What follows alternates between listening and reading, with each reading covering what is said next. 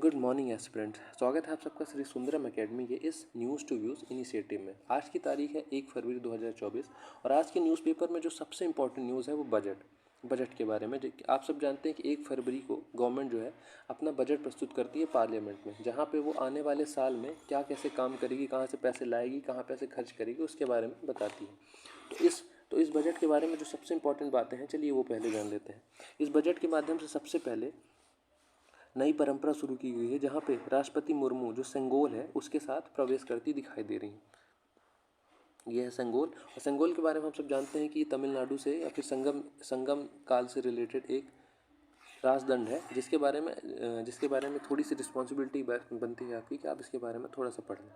उसके बारे में चलिए बजट के बारे में बात करते हैं। तो बजट के बारे में जो सबसे इम्पोर्टेंट बात यह है कि गवर्नमेंट ने इस बार नारी वंदन बजट प्रस्तुत किया है, जहाँ पे गवर्नमेंट ये कोशिश कर रही है कि कैसे नारियों का जो पार्टिसिपेशन है इकॉनमी में, सोशल लाइफ में, पॉलिटिकल स्फीयर में, उसको बढ़ाया जा सके। ओके। उसके अलावा अगर पिछले बजट के बारे में बात करें तो जो मेजर थीम्स, जैसे 2023 का जो बजट था उसमें अमृतकाल की बात हो रही थी, 2022 के बजट में आत्मनिर्भर भारत के बारे में बात हो रही थी, 2021 में आयुष्मान भारत लाया गया था, उसके बाद 2020 के बजट में जीएसटी के बारे में बात हो रही थी। ओके। तो ये सारी जो बेसिक जानकारी थी वो हमने जान ली बजट के बारे में। अब चलिए ये जानने की कोशिश करते हैं कि आखिर बजट होता क्या है और इसको कौन बनाता है। ओके। तो बजट के बारे में अगर बात करें तो बजट के बारे में अगर बात करें तो ये हमारा जो कॉन्स्टिट्यूशन है वो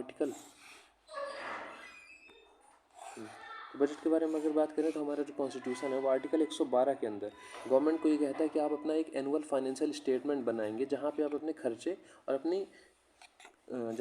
खर्चे और अपनी जो कमाई है उसके बारे में आप पार्लियामेंट को हर साल बताएंगे। ठीक है। उसके अलावा इंपॉर्टेंट ये हो जाता है कि आखिर बजट को बनाता कौन है। तो बजट के बारे में अगर बात करें तो उसको बनाने की जो रिस्पॉन्सिबिलिटी है वो है मिनिस्ट्री ऑफ फाइनेंस के डिपार्टमेंट ऑफ इकोनॉमिक अफेयर्स में। ठीक है। तो उनका एक अलग से बजट डिवीज़न है जो क्या करता है, बजट को बनाने का काम करता है। ठीक है। मतलब कि किस मिनिस्ट्री के अंदर, मिनिस्ट्री ऑफ फाइनेंस के अंदर। ओके। तो बजट के बारे में जो इंपॉर्टेंट बातें हों तो 3-4 बातें आपको याद रखनी है। सबसे पहले बजट कौन से आर्टिकल के अंदर लाया जाता है, आर्टिकल 112। इसको बनाने का काम कौन करता है, मिनिस्ट्री ऑफ फाइनेंस के अंदर जो बजट डिवीज़न है किसके अंदर आता है, डिपार्टमेंट ऑफ इकोनॉमिक अफेयर्स। ठीक है। तो ये सारे प्रोसीजर जो होते हैं वो नॉर्मल ईयर्स में फॉलो किए जाते हैं, लेकिन आप सब जानते हैं कि आने वाले कुछ महीनों में हमारे यहाँ क्या होने वाला है, जनरल इलेक्शन या फिर पार्लियामेंट्री इलेक्शन होने वाले हैं। तो ऐसे साल में जब कोई चुनाव होने वाले होते हैं तो गवर्नमेंट के द्वारा पूरा बजट न पेश करके क्या किया जाता है, एक इंटरिम बजट पेश किया जाता है। ठीक है। इंटरिम बजट जो है वो पेश किया जाता है किसके द्वारा, गवर्नमेंट के द्वारा। जहाँ पे इसके बारे में अगर बात करें, union budget can not be often present in election year in the incumbent government. कुल मिला के इनका कहना ये है कि अगर जब सरकार चुनाव में आने वाली होती है तो क्या करती है, पूरा का पूरा बजट ना ज्वाइन करके, पूरा का पूरा बजट ना दे के वो क्या करती है, इंटरिम बजट लाती है, जिसके माध्यम से आने वाले कुछ महीनों में इलेक्शन से पहले के खर्चे जो हैं उसको निकाले जा सकें। और ये खर्चा कहाँ से निकलता है, कंसोलिडेटेड फंड ऑफ इंडिया से। ठीक है।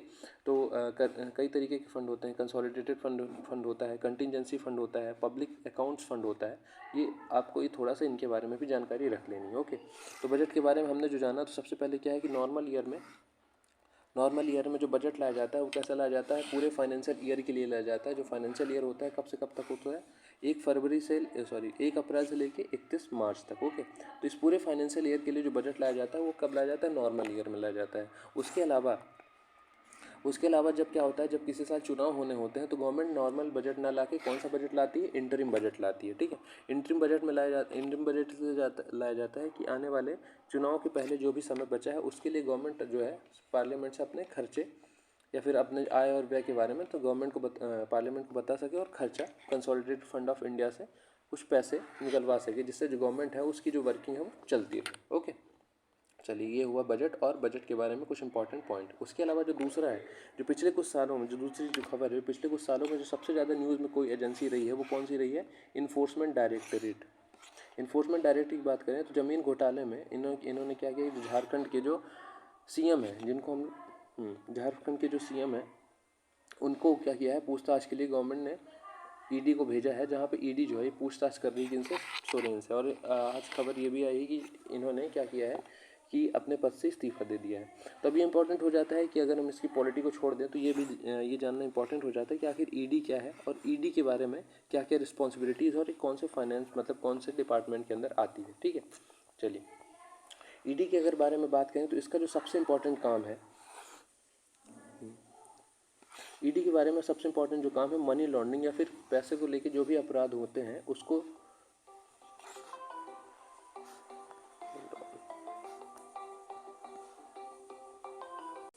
ओके। तो ईडी की फंक्शनिंग के बारे में अगर बात करें तो इसका जो सबसे इंपॉर्टेंट काम है मनी लॉन्ड्रिंग या फिर पैसे से रिलेटेड जो भी क्राइम होते हैं उसको जांच करना, उसके लिए लोगों को पकड़ना और उनसे पूछताछ करना होता है। उसके अलावा अगर बात करें तो जो ईडी है वो कौन से मिनिस्ट्री के अंतर्गत आती है, वो मिनिस्ट्री ऑफ फाइनेंस। और उसके स्पेसिफिक बात करें तो क्या है, डिपार्टमेंट ऑफ रेवेन्यू। ठीक है, इसका जो हेडक्वार्टर है वो कहाँ है, दिल्ली में है। इसका हेडक्वार्टर जो है दिल्ली में है। और ये जो अलग 5 रीजनल हेडक्वार्टर्स हैं कौन सा है, मुंबई है, चेन्नई है, चंडीगढ़, कोलकाता और दिल्ली। रिक्रूटमेंट की अगर बात करें तो इसमें ज़्यादातर जो आईएएस और आईपीएस होते हैं उन्हीं को रिक्रूट किया जाता है। उनका बेसिक जो टर्न्योर है वो 2 साल का होता है, लेकिन उसको अगले 5 सालों तक 2 बार के लिए बढ़ाया जा सकता है। ठीक है, तो ये है क्या ईडी के बारे में बेसिक जानकारी। तो सबसे पहला पॉइंट क्या है कि ये किसके अंदर आती है, मिनिस्ट्री ऑफ फाइनेंस के अंदर आती है। उसके अंदर दूसरे की बात करें तो डिपार्टमेंट ऑफ रेवेन्यू के अंदर आती है। उसके अलावा जो तीसरा इंपॉर्टेंट पॉइंट है इसके क्या है कि हेडक्वार्टर जो है कहाँ है, दिल्ली में है। और जो 5 रीजनल ऑफिसेस में कहाँ कहाँ, मुंबई, चेन्नई, चंडीगढ़, कोलकाता और दिल्ली। उसके अलावा जिसमें अपॉइंटमेंट किसको दिया जाता है, इसमें दिया जाता है अपॉइंटमेंट आईएएस या फिर आईपीएस को। आईएएस या फिर आईपीएस को अपॉइंटमेंट दिया जाता है। इनका जो टेन्योर होता है वो 2 साल का होता है। उसके अलावा अगले 5 साल तक इनका टेन्योर 2 बार या फिर 3 बार बढ़ाया जा सकता है। ठीक है, तो ये इंपॉर्टेंट जो पॉइंट्स हैं किसके बारे में, ईडी के बारे में। ओके, ईडी जो है काफ़ी न्यूज़ में रहती है तो इसके बारे में आपको अच्छी खासी जानकारी रख लेनी है और इसका एक नोट्स आपको ज़रूर बना लेना है। तो ये हुआ ईडी के बारे में। अगले न्यूज़ के बारे में अगर बात करें तो ये है इंटरनेशनल न्यूज़, जहाँ पे यमन के विद्रोही जो हैं जिनको हम लोग हूती कहते हैं, उन्होंने अमेरिका को खुली चेतावनी दी। उन्होंने कहा कि लाल सागर में अब सभी अमेरिकी और ब्रिटिश युद्धपोतों पर हमले करेंगे हूती। तो सवाल ये उठता है कि आखिर ये हो क्या रहा है यहाँ पे मिडिल ईस्ट में या फिर कहें कि अरब देशों में ऐसा हलचल क्यों मची हुई है। तो इसको हम थोड़ा सा मैप से समझने की कोशिश करते हैं। जैसा कि आप सब जानते हैं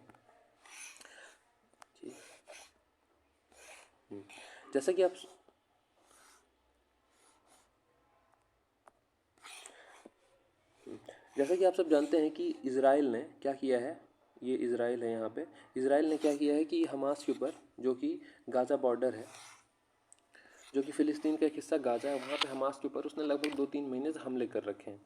उसके अलावा ये एक देश है जिसको हम कहते हैं ईरान। यहाँ पे कुछ जो इंपॉर्टेंट प्लेयर है उनके बारे में हमको जान लेना काफ़ी इंपॉर्टेंट है।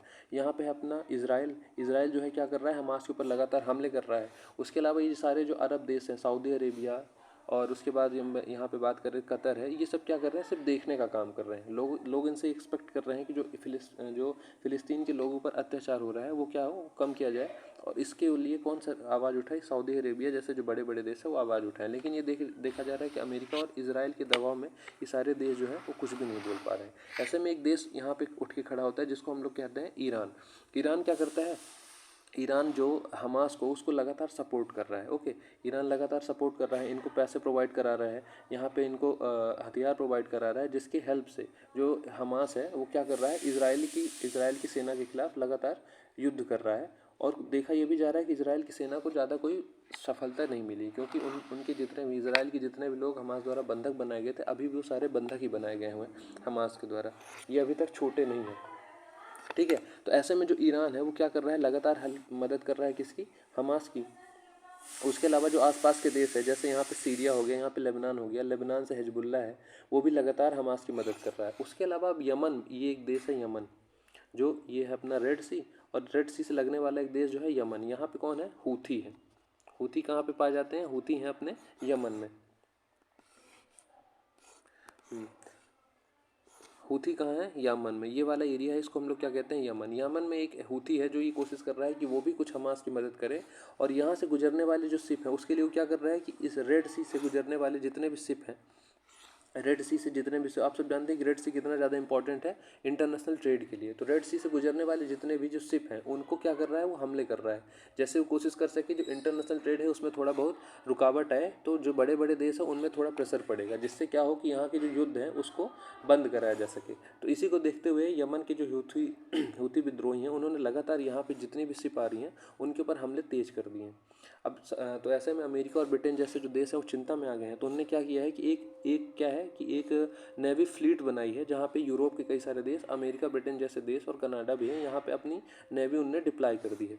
जब डिप्लॉय कर दी है तो अब यमन ने क्या कहा कि हम अब से नहीं डरते हैं, हम लगातार आपके ऊपर हमले करेंगे जब तक जो इजराइल है वो हमास के ऊपर या फिर कहें कि गाजा के ऊपर युद्ध जो है बंद नहीं कर देगा। तो मेन डिस्कशन यही है। और जो दुनिया में चल रहा है तो सबसे ज़्यादा दिक्कत होने वाली किसको, रेड सी को लेके बात करें तो यहाँ पे इंटरनेशनल ट्रेड काफ़ी ज़्यादा हाई है। तो अगर यहाँ पे लगातार यमन के द्वारा युद्ध होता रहेगा तो यहाँ पे इंटरनेशनल ट्रेड जो बाधित होगा, और आने वाले समय में हमारे ऊपर भी ये असर पड़ेगा, क्योंकि यहाँ से कई सारा पेट्रोलियम प्रोडक्ट है वो भी एक्सपोर्ट होता है। और भारत के लिए, जैसे भारत के यहाँ पे मिल जाएगा आपको, तो यहाँ पे पेट्रोलियम प्रोडक्ट भी आता है, कई सारे अलग अलग पदार्थ भी आते हैं जो हम बाहरी देशों से मंगाते हैं। तो भारत पर असर ये पड़ेगा कि धीरे धीरे महंगाई बढ़ने की आशंका है। तो इसी को देखते हुए ये पूरा जो सिनेरियो है ऐसा बन रहा है। तो सबसे पहला पॉइंट यहाँ पे क्या है, इजराइल और हमास। दूसरा जो पॉइंट है क्या है, ईरान। ईरान लगातार क्या कर रहा है, हमास की मदद कर रहा है। तीसरा ये है यहाँ पे यमन से कौन आ गया, यमन से आ गए हूती क्या कर रहे हैं, यहाँ से गुजरने वाले जो जहाज हैं उन पे लगातार हमला कर रहे हैं। मतलब जहाज़ों को बचाने के लिए यूएसए और यूके जैसे देश जो हैं उन्होंने हूथीज़ के ऊपर लगातार हमले शुरू कर दिए हैं। हूथियों का कहना है कि हम आपसे नहीं डरते हैं, आपको जो भी करना है वो कर लीजिए, बाकी हम ये बंद नहीं करने वाले। ओके, तो अब चलिए थोड़ा सा रेड सी के बारे में जान लेते हैं कि आखिर रेड सी के आसपास कौन कौन से देश हैं। ओके, तो अगर हम बात करें तो अफ्रीकन देशों से सबसे पहले इजिप्ट है, सूडान है, इरिट्रिया है, सोमालिया है, जिबूती है। कौन कौन से देश हैं, इजिप्ट, सूडान, इरिट्रिया, जिबूती और सोमालिया। उसके बाद अगर बात करें तो एशियन देश जो है, मतलब जो मिडिल ईस्ट के जो देश हैं, जो कौन कौन से लगते हैं, सऊदी अरेबिया लगता है, यमन लगता है। ठीक है, यहीं पर आपको मिल जाएगा बाबल मंदेब। ओके, बाबल मंदेब। तो कुल मिला के हमने बात किया कि इंटरनेशनल रिलेशंस में क्या क्या चल रहा है, उसके अलावा जो ज्योग्राफी है रेड सी की उसके बारे में हमने जान लिया। ओके, तो ये जो खबर थी यहाँ पे ख़त्म होती। उसके अलावा जो अगली खबर है जो इम्पोर्टेंट है वो है पेटीएम पेमेंट बैंक 19 के बाद नहीं ले सकेगा डिपॉजिट। ये सब तो ठीक है, खबर इंपॉर्टेंट ये हो जाता है कि आखिर हम हाँ, एक मिनट प्लीज़। इंपॉर्टेंट ये हो जाता है कि आखिर पेमेंट बैंक होते क्या हैं। ठीक है, तो बैंकों के बारे में हम सब जानते हैं कि बैंक क्या होता है।